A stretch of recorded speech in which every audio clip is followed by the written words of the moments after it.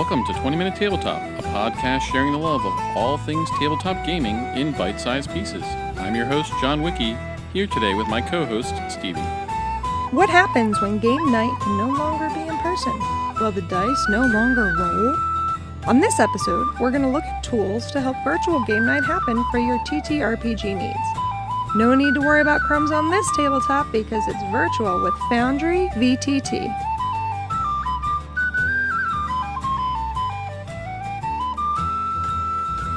Foundry Virtual Tabletop is a self-hosted modern role-playing platform. They describe it as software that provides an innovative online role-playing experience. The software supports Windows, Mac, and Linux and allows you to self-host a game server that players connect to for free directly from a web browser. So let's talk first impressions. So this is not the first virtual tabletop that I've used. I had a set of features I most wanted or needed, as well as things I'd like to have, and Foundry checked all of the boxes right away. This is the only virtual tabletop I've used, and so far, as a player, I will say that it's been very easy to learn, and we've used it for 2 different game systems, Pathfinder 2e as well as Blades in the Dark, and I enjoy it a lot. Let's start with what Foundry is and how you get it set up. Foundry is just a one-time license purchase. There are no subscription fees or feature gating. You get everything for that price. At the time of recording, it is currently $50 for that license. This allows you to have one server actively in use. I say that because there are some additional things you can do there. The nuances are more explained in their FAQ. Now, there are a lot of options on how and where to run. The beauty is you're buying the application and it is compatible to be run in so many ways more than you might even imagine. Option 1 is you can self-host. There are easy-to-follow instructions from the community knowledge base and multiple ways to host, and you can find those at foundryvtt.wiki. The options can get pretty wild. Some are easier, some are only for the more tech-savvy. There are guides for everything such as always free Oracle Cloud hosting, Azure, AWS, Cloudflare for proxy and tunneling, instructions on how to use it with Docker and Kubernetes, how you can run it on a Raspberry Pi computer. Also, Android phone. The Q&A for that has a Q of why and the A of why not. You can install it on your Windows, macOS, or Linux computers. There are instructions for always free Oracle Cloud hosting that cost you nothing in most practices. And this also calls out potential pitfalls. It'll require some basics, such as working in terminal or shells to do installs and setup. The guide results in 24/7 Foundry, domain name setup, and automatic backup policy. There are things you want to do your research first with this option, because the free tier can be spun down for paid tiers. Your mileage may vary, but most opinions are if you set it up right, you can run on the paid tier and stay under the free usage limits. There are some other hosting options that are very similar and low monthly costs for normal usage. Again, all of this, including the Oracle quote free tier, is about low to free costs for hosting it in places, but you, as they always say, you get what you pay for. If it's free, it's going to come with limitations because they're going to want you to pay them. From the guides, there are ways to estimate how much you're going to need, and a lot of those are talking about $5 a month. The next option is that you can self-host locally. Now that means you can only access that game when the computer and software is running. But do you really ever turn your computer off? You don't need beefy hardware to run it. There is some work to make it accessible outside of your home network, but that varies case by case depending on your internet provider and your technology. Size and space concerns are only limited by what you have available. And the primary concern is the upload speed to share assets and game data to users outside of that home network. So basically, your computer acts as the server. So when players go to download the maps, sounds, and character sheets, it's coming from you. I didn't go through any of the full options of hosting a version. We'll see what I did after this. But I did install it locally. It was very quick and easy to install. You just enter your license key after installing and agree. Then from there, you have to install your systems and your modules for what you want to play. And I was even able to drop in a custom one for the botanical bestiary very easily. And then you create your world, select the system, and you go. Well, almost. You can immediately use it then on your local network. So if you want to use it inside your house for digital maps on a screen, perhaps when you're playing still at home, then you're done and ready to go. However, it will even tell you that your connection is closed and go follow their port forwarding guide to make it accessible. So that's the nice thing is the system will even tell you that, hey, this is not accessible from the internet, so here's the guide, follow next.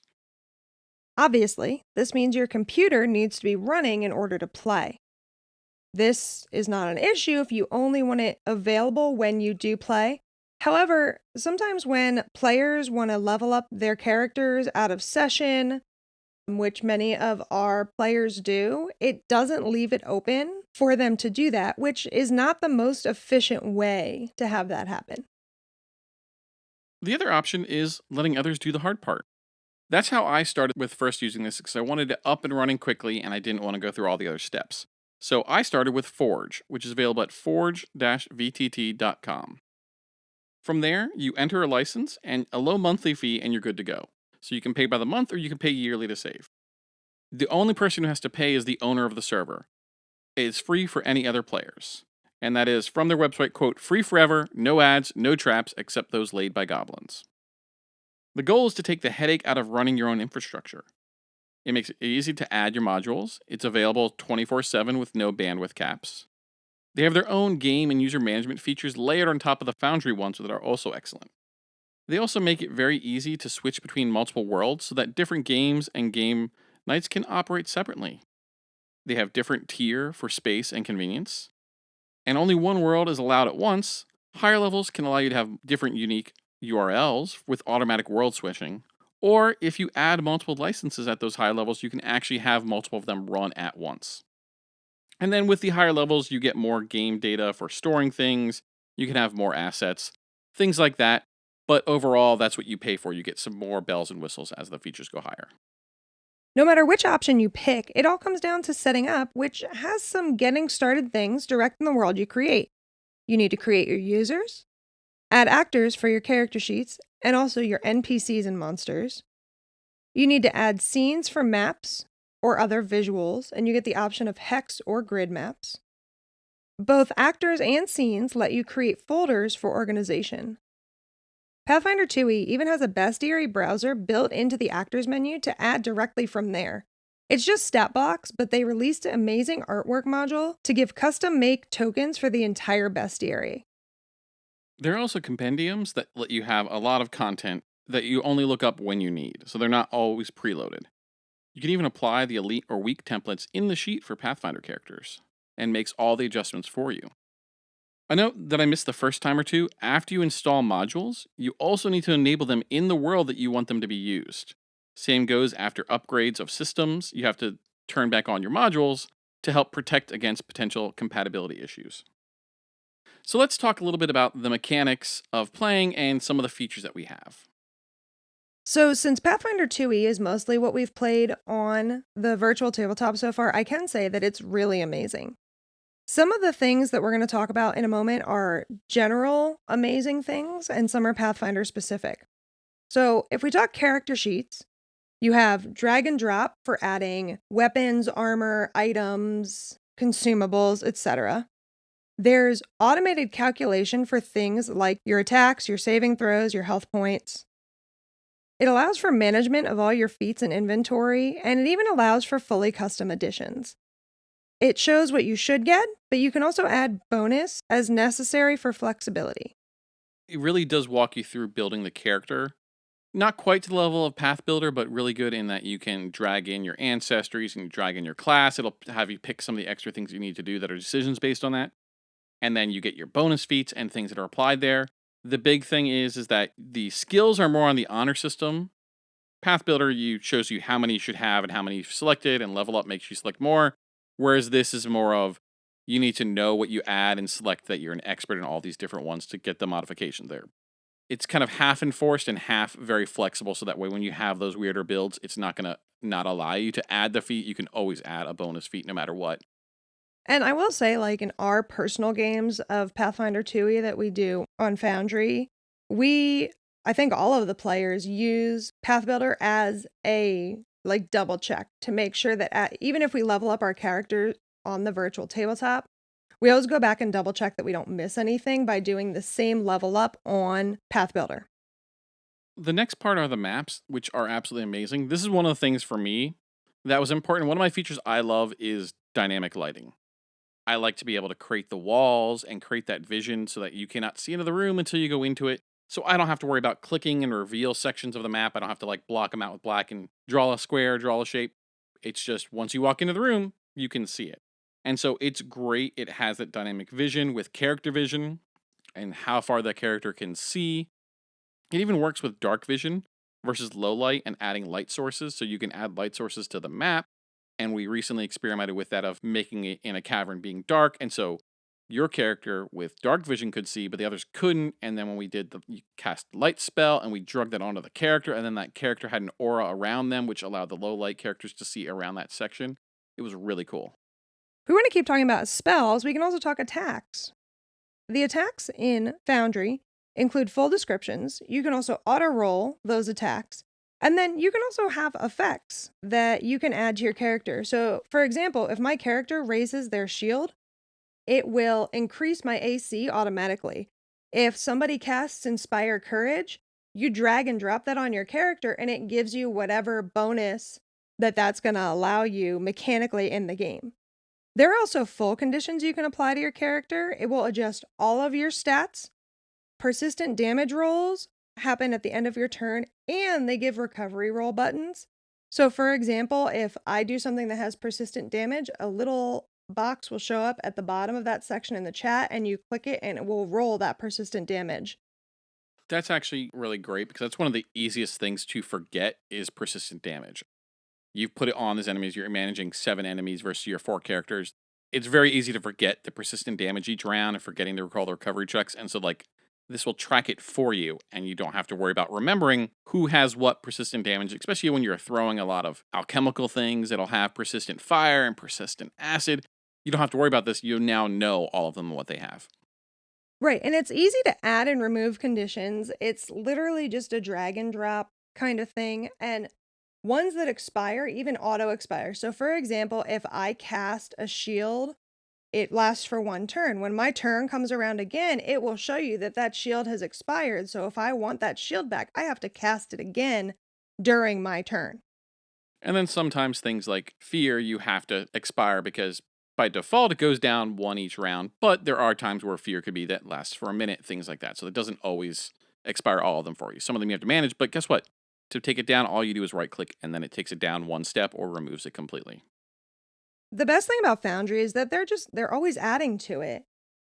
Foundry is always adding new features, adding new abilities, and then for Pathfinder specifically, there's a team who work on this, and they do amazing work, and they're always adding new features like that persistent damage. That was something that wasn't there, and then the next day was there, and I was able to add it. It was just, I went to go add a condition to a character, and I saw persistent damage to one, and I put it in there. I was like, oh, look, it'll add the damage now. Oh, look, it'll auto-expire. There's always new things coming to this, and so it's very well supported.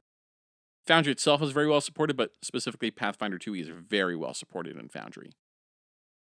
Now, like we mentioned earlier, we also started using Foundry for our Blades in the Dark game to manage our character sheets. It's easy to roll your stats during a score, but I will say it's also weirdly easy to accidentally check and uncheck pips, and that actually happened to me where we had to go back and locate why I was 1 pip shorter than everybody else going into a score because I was looking at it at my sheet and I was able to look at my the other characters in my crew, and I was like, "Wait, why do I have 7 and they have 8?" And it just was I had accidentally clicked too close to something and it had pulled my pip off. It makes it very easy to do your different rolls and roll the right number of dice for you. You can then choose your position. You can choose all those things before you roll, add your bonus dice to it. So it's really fun. It's great for tracking the rep. Part of the reason why we used Foundry for it is it allowed us to have our shared crew sheet for everybody to be able to look at. It allows me to share a thing that has their relations to all the other factions. So when they're getting on worse and worse terms with people, I make it so they can see it. So it's not a surprise to them when I tell them, if you do that, that faction is going to want to go to war with you now. It even allows me to create in-game clocks for in the score when things are about to happen and tick off, or for long-term projects that they have. We also use it to share maps of the city, though most of the score is in theater of the mind. The maps are useful when we are talking about different score options, where contacts might be located, and things like that. So, being able to share those maps, and honestly, we can even mark them up, and we have in the past to put a location of, hey, here's where our layer is. So, we know in general what area of Duskfall we're talking about. It works pretty well for us so far. So let's talk about other things that we do enjoy about Foundry and the game. So some of the things in general, the other one that I love that I talked about, that dynamic vision, is Fog of War. This was one of my other huge features I'd like when I was researching virtual tabletops. You can add walls to block the vision. The Pathfinder version configures how far a character can see, but we can add those walls to block the visions. You can add doors that can be locked. Characters, when they go running ahead, can't just click all the doors and open them if they're locked. The area you explored will stay visible, but it'll darken. So areas that your character can't immediately see because they can only see 60 feet and they can't see around corners are still there. So you know you've explored this area, but they're darkened. You don't know if maybe things move into that area, if things have changed in there we are. So you can still see where you've been and know where you've gone on this map, which to me adds a lot to it, and I like that aspect of it. You can also add light-based sources to it in different areas to have torches and have fires and everything else that kind of goes with it to really add to that map. One of the things I like is the Dice So Nice, which are fully customizable 3D dice. And it really replicates the feeling of rolling the dice during a game and, oh, that was almost a 20. I really like when you're rolling a spell with a lot of dice or an attack with large damage that you get to see, those 5 dice go skittering across your virtual tabletop. It is really funny when the dice rolls across the table and people are like, oh, I almost had a 20. You see it was almost a 20 and then it rolled over to the 12. But sure, it's a computer and it knew it was going to be a 12 as soon as it rolled, but it was kind of fun that animation where it's almost there and it ticks over. So it has that mechanics of it bouncing around the screen. Some of my favorite modules that I use on it are Dice So Nice, as we mentioned, the customizable 3D dice. I also enjoy Health Estimate, which gives an estimate describing how badly enemies are hurt. So you can see they're barely injured, they're near death, things like that. And as a player, I can say the health estimate, since we only get those terms, you don't actually know how many hit points an enemy has. It does sometimes help us make decisions about who to attack, especially when we have several enemies and there's only 3 of us fighting, deciding, okay, let's finish this guy off because he's near death before I go after that barely injured guy. And it's nice because the players have consistent terms as opposed to if I'm trying to describe it every time from looking at the HP and total HP. Like this does a calculation based on percentage and will use the same terms all the time. So you get a better sense of what those words mean. I also like Chat Portrait and Polyglot. They show the token image when they speak, and they also can allow you to speak in character languages, which is great because you can, as a GM, speak in any language, and only the characters that understand said language on their character sheet will be able to translate it. Otherwise, it'll look up as runes and random characters that they don't understand. I do like the polyglot because there are times where our characters may get a message in a certain language. So instead of just saying, hey, this is what it says, you'll actually type it into the chat in that language. So anyone who speaks, say, Elvish can read it, and everyone else is like, what is going on? And as a player, that gives you the autonomy to decide, am I sharing this information right now, or am I going to hold on to this for a second, depending on what the storyline is. Then there's Pop Out and Pop Out Resizer, which allow you to pop out sheets and journals from the primary window. And these are nice as a player because you can pop out your character sheet outside of the tabletop window, so you can have both pulled up at the same time. If you need to reference something, or if you are looking through your inventory, getting ready for your turn, say you want to throw an alchemical bomb, but you know that you're coming up, you can use that pop out to kind of flip through and prepare for your turn to help make that move a little better. As I said, there's many others that I use, but they're all for small customizations. But the Foundry base and systems like PF2E are always expanding and always getting better regularly. So what else do you love about using Foundry? I like the virtual dice because I'm a little extra when I play, and so I like to customize my dice colors based on my characters. So, for example, my rogue has dark purple dice because one is purple and two it's dark because we're a rogue. But then my wizard character has like a greenish brown kind of dice because of her background and ancestry. That's just one of the fun things that you can do as a player to kind of make it more like you're playing in person, right? When you're playing in person, you can put dice in dice jail and stuff like that. And one of our friends will do that. If he's not rolling well, he'll go in and change color of his dice and be like, that color's in jail and I'm going to play with this color right now. So it still gives you a lot of those moments that would actually happen around your table at home. You can replicate them in some way on Foundry. Another fun thing with it when you are attacking is you can even target people. So you can target who you're going to attack, and it'll let you know if you hit or if you critically hit when you roll 10 over. And you can target who you're going after. Though, sometimes our characters accidentally attack themselves because they forget to target the other character. Okay, I remembered one of the other things I like is the ruler mechanism. So what you can do is you can click on this ruler, you can start at your character and drag it if you're worrying about movement speed, and it can kind of help you finesse exactly which grid spot you're going to move to within your movement speed. And sometimes that's important when you're trying to flank someone, but you only have, say, 25 feet of movement, or you have 30 feet of movement and everyone you're playing with only has 25 feet of movement.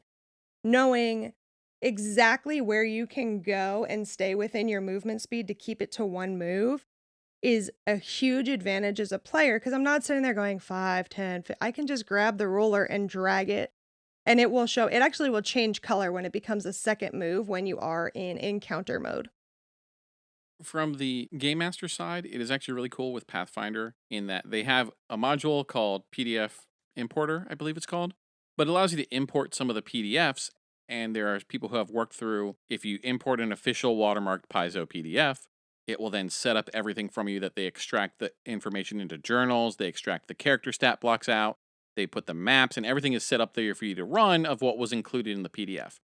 Now, that isn't being done anymore for newer ones, but that's because Paizo is now putting out official Foundry VTT modules for their adventures. One of the ones I got recently was during one of their Humble Bundles. I have the entire Abomination Vaults, which is a large kind of dungeon crawl adventure that is now, I can just turn on the module and everything is created with high resolution maps and tokens and everything. Paizo is now supporting it directly with high quality created, even with sounds and everything you could want bundled up, that you can buy it directly from them and just have it ready to go on Foundry. You don't have to do the work, the setup work to get things ready to go if you're playing one of those. So, John, if somebody's listened to this podcast and they want to check out Foundry for themselves, what should they do? Well, you can actually go over to foundryvtt.com and jump onto a demo on there. They offer a demo. You can jump right in and try it out and move around. When I tried it out ahead of this recording, it was actually set up with Pathfinder 2e with some of the iconic characters loaded in, and you could move around, see the character sheet, try out the attacks, do everything there. Everything has to go with that. Yeah, it is really great for just playing the game. Let's talk about our final thoughts, maybe a final roll of the dice. I love Foundry because it's been allowing us to run games for the last 2 to 3 years with friends that are both nearby as well as out of state. And it gives us somewhere where we can all come together, but still have all of the things we would have if we were physically gathered around a table. There are maps, there are tokens, there are dice, there are ways for you to drop letters and notes and portraits into the game that we can all see at the same time. And honestly, like for me, without Foundry, I don't know that we would have been playing as much Pathfinder as we have been the last 3 years. And I don't know that we would have been able to start a Blades in the Dark game, given that our gaming groups are spread all over. So, being a tech person, I love applications that are customizable, offer a range of feature options, and allow me to control those individual portions. Foundry gives me all of that and so much more, and it's always getting better. I love playing in person, but this is about as close as you can get to playing in person with what we have here. And it's a fantastic virtual tabletop. I'm your host, John Wiki, And you can find me on Twitter as John_Wiki. That's WICKEE. And I'm Stevie. You can find me online at Stevies_games.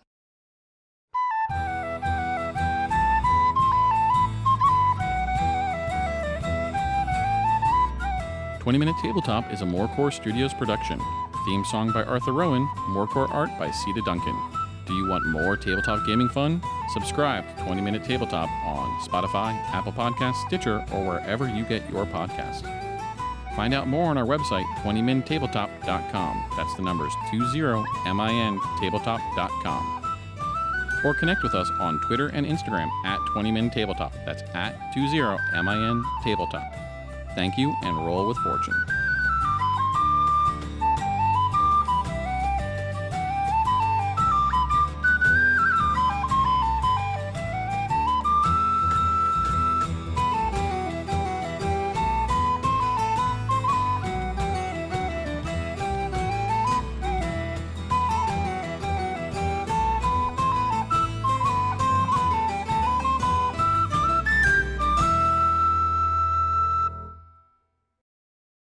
There's a lot of weird noise picked up, but I didn't see you touch anything.